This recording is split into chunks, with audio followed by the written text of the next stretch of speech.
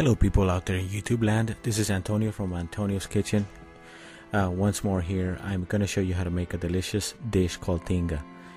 Basically it's really simple. It's cooked chicken that's been shredded, and also you add sauteed onions and chipotle sauce. Word of warning, it's really spicy, but it's really good. I think you'll enjoy it. Pay attention because this is not a video, it's just pictures this time. So let's get started. The first thing you're going to do is boil some water. I've got a pot here. I filled it up halfway. I've sliced some onion, about a quarter of an onion, 4 bay leaves, and 1 clove of garlic, and 1 teaspoon of salt. You're going to get this to a boil, and you're going to put 4 chicken thighs in there. 4 chicken thighs that have been skinned, okay?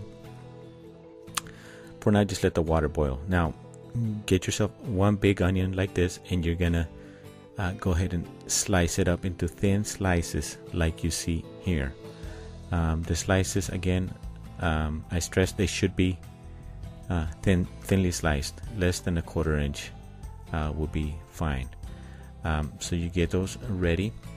That's the onion that's going to be sauteed in a pan with about 2 tablespoons of oil. Okay, so here you see the onion. I've separated it, and that's what's going to get sauteed. Again, you're going to get a pan with 2 tablespoons of oil, cooking oil, and you're going to saute them till they become caramelized, lightly browned. Okay. Now, now that the water is boiling that I had in the pot, go ahead and put your 4 chicken thighs in there. This ones I've taken the skin out and taken as much fat out of them as possible. So you don't want too much fat in the Tinga. You try to get as much lean meat as you can. I'm using chicken thighs here, but you can substitute for chicken breast if you want. After the chicken has been boiling for about ½ hour to 45 minutes, you take it out and you put it in a plate. You grab 2 forks and you start shredding the meat off the bone. Obviously, if you used chicken breast, there won't be boneless chicken breast, there won't be any bones in there, so the meat will fall apart a lot easier. But here I am, just take 2 forks and shred all the meat off the bone. Okay, your next step is obviously you've got your onions sauteing in there for a little while, about 5 minutes, and maybe a little more, until they become golden brown, and you're going to see that they become a little bit soft. You can add a little salt, maybe a 1/4 teaspoon of salt, just for seasoning, and some coarse black pepper. At this point, once the onions become caramelized, you go ahead and you add the shredded chicken.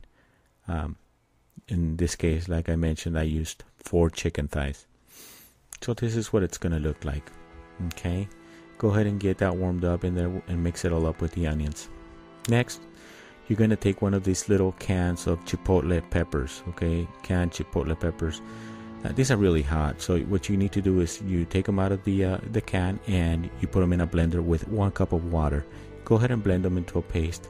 And as you can see, the next step here is to dump the chipotle sauce that's been blended with 1 cup of water into the pan with the chicken and the sauteing onions. Alright, so that's looking good. Okay, here it is. We're almost done. What you can do at this point is where you boil the chicken, there will be the pieces of onion and the bay leaves and the little garlic that went in there. Go ahead and strain those out and put them into the mixture with the rest of the ingredients. It'll just give it an extra flavor with the bay leaves and everything.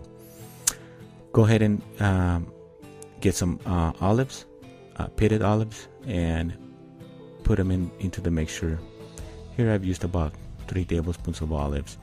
I find that the olives give it the Tinga a really good taste. Okay, so go ahead and warm that up for about 5 more minutes.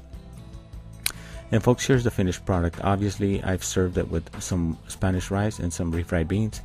I've put a dollop of sour cream on the Tinga and serve it up warm with some corn tortillas. I guarantee it, folks, you're going to really enjoy this dish. But again, I do warn you, it is a bit spicy.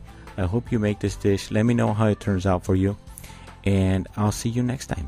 Okay, I hope you have a great time, and if you have any future suggestions for other dishes, feel free to leave me a comment or a request, and I'll do my best to do it. Okay, so until next time, adios, bye bye, take care.